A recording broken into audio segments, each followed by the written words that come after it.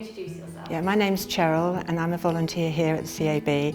I also volunteer at the food bank. I'm a trustee of the local food bank. I've been volunteering for about 12 years. I see people coming with all sorts of issues. I'm mainly on the phone, so I take a lot of calls on the phone. Quite a lot is matrimonial. The husband's walked out and the wife doesn't know what to do, or a father hasn't got access to his children, doesn't know how to get access to his children. It could be anything. There are a few clients that stick out in my mind. One lady in particular, she was elderly, she'd had a car accident, she admitted it was her fault and she'd reported it to the police. Police came along, everything was done correctly.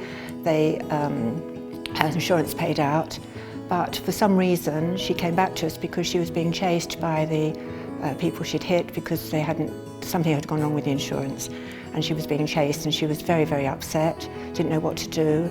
And I managed to phone the insurance company, and then I phoned the solicitors, and I managed to get one lot of solicitors to speak to the other, and in the end they said that they weren't going to continue it, and she was absolutely over the moon because it worried her for days. Well, it's nice to think at the end of the day you've helped people.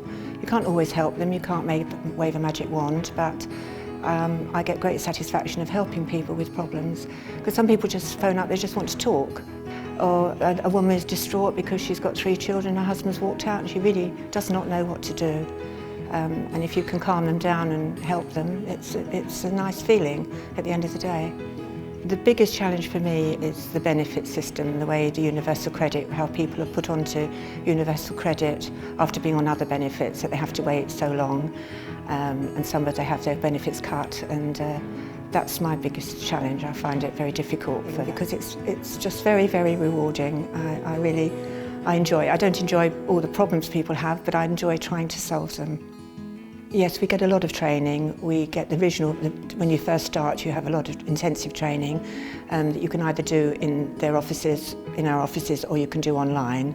But there's always ongoing training. You have to always be up to date with everything, and that's very interesting, very good. Well, the practical things we can do are, if you have a young person just got a flat through the local housing association, usually these flats are empty, they have nothing in them, so we can help them get grants for their white goods. And we can help them, obviously going back to the food bank, if the food bank can't help them, we can ask Hearts Help, who deliver food, and we can point them in the right direction for different sorts of grants.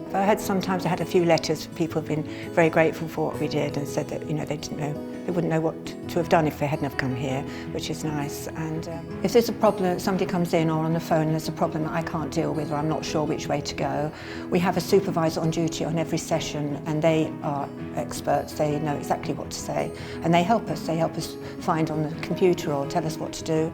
And also the other colleagues, because they might have had a similar problem and they've dealt with it a certain way, and they help. We help each other. We're a really good team.